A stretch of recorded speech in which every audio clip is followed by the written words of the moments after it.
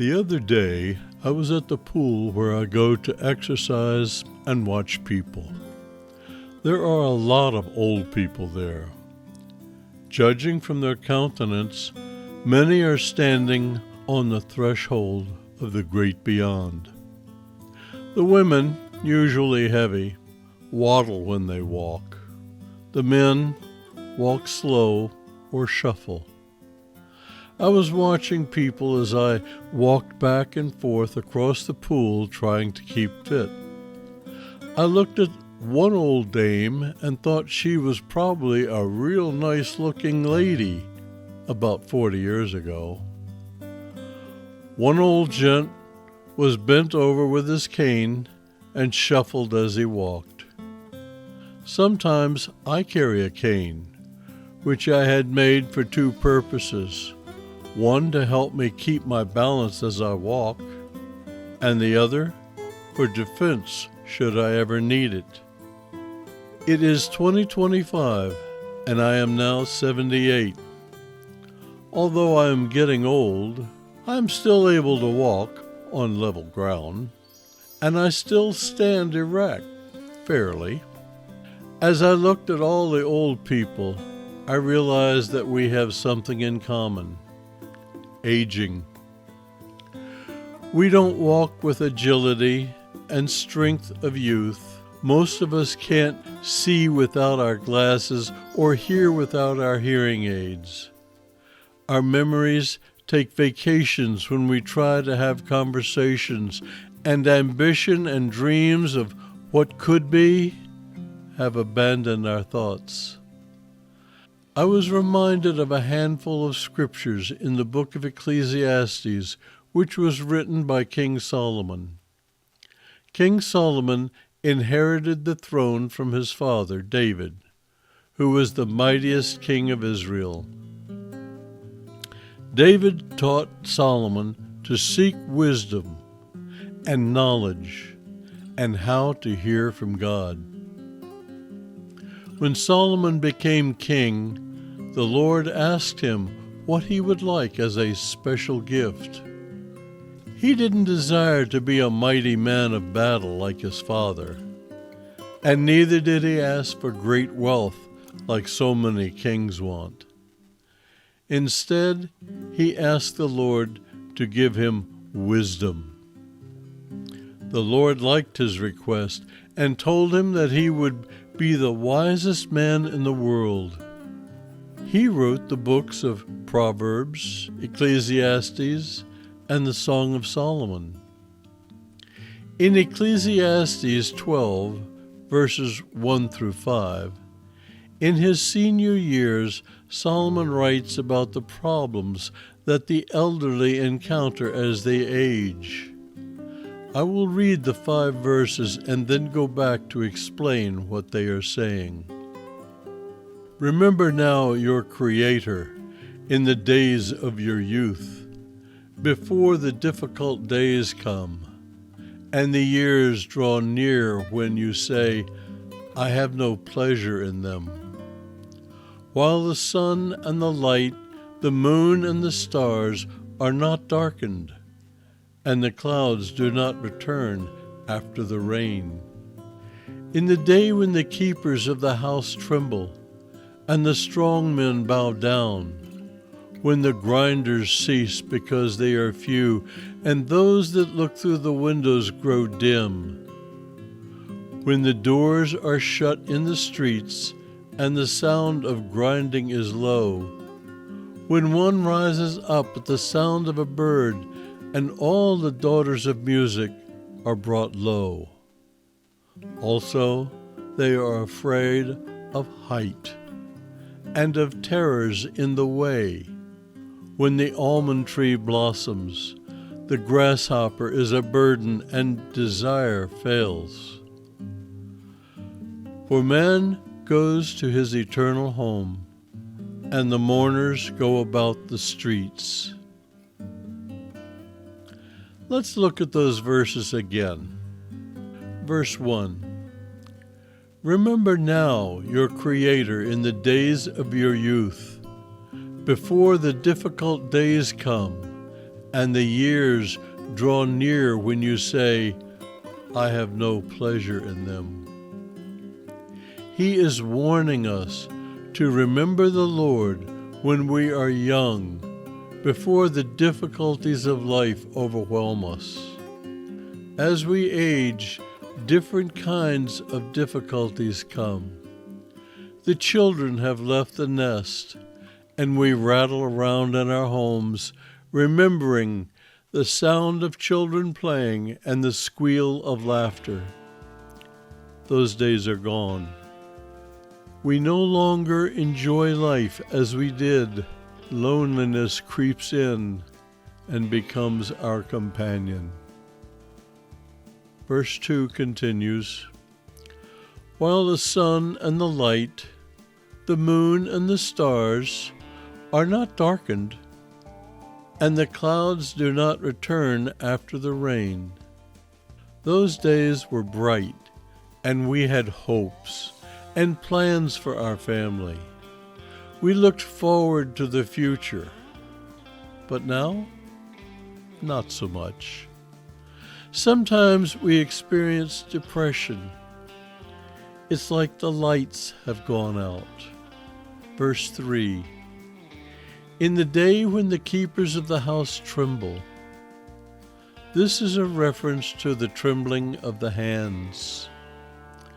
My mother moved in with us when she was 68 and enjoyed her life until she passed at almost 93. When she was in her 80s, her hands started trembling, and by the time she was in her 90s, she had trouble holding a cup of coffee. The verse continues, and the strong men bow down. This is a reference to the back and legs. My mother stood fairly straight until she was in her 80s, but then her upper back started to bend her forward. I remember walking with her to her apartment, which was in our basement.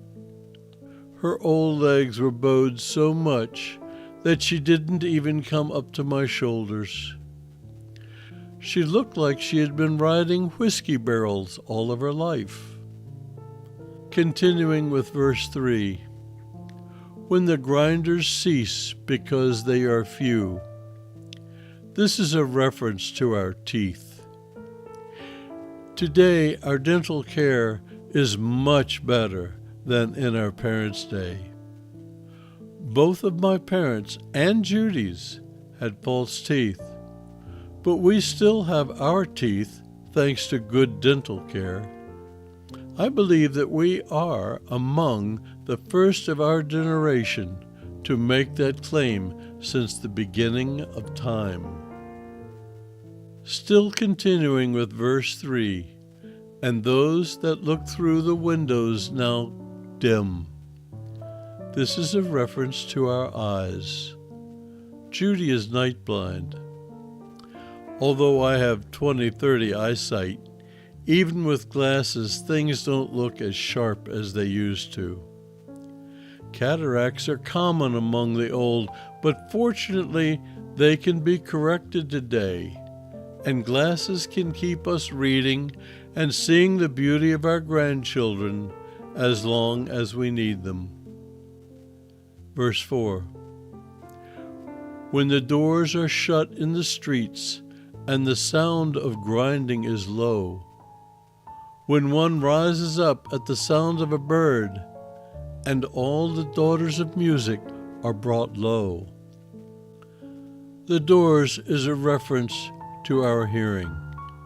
The grinding is a reference to the hubbub of life, which is not as loud as it used to be. My wife and I like it. We hate going to loud restaurants and being around noise.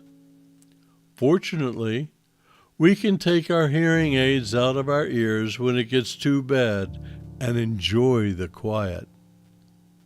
Oddly enough, certain sounds like a bird chirping will get our attention, but I just realized we don't listen to music like we used to. Strange, or maybe not. Now, down to verse 5. Also, they are afraid of height. As we get older, we do become afraid of height. Our balance is the problem. Falling is a fear. Judy fell and broke her hip, which still causes a lot of pain.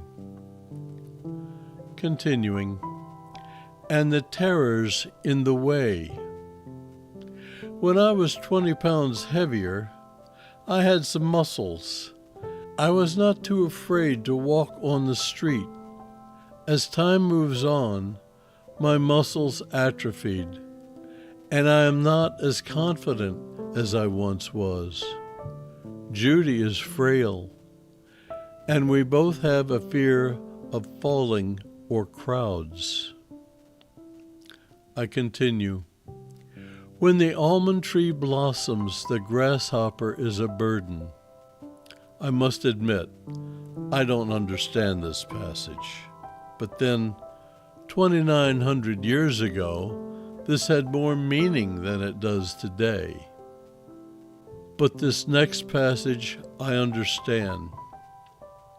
And desire fails. I can look back at our youth, and I remember how Judy and I enjoyed each other's company. No further remarks are necessary here. Solomon was looking at life through the eyes of an old man. His observations were from life. He described what almost all of us encounter. Hearing fades, eyesight fades. Many have experienced palsy. Our back bows and our legs bend. We develop fears of this and fears of that. It's all quite natural. It is the progression of life. Then he closes, for man goes to his eternal home, and the mourners go about the streets. Death happens, and then life goes on. I am afraid this phase of life leaves us with little to look forward to. Nothing, actually, except we can hope for a quick and painless death. We both know where we are going, so that there is no fear about dying. We are all but a vapor, and then we disappear. Thank you for listening.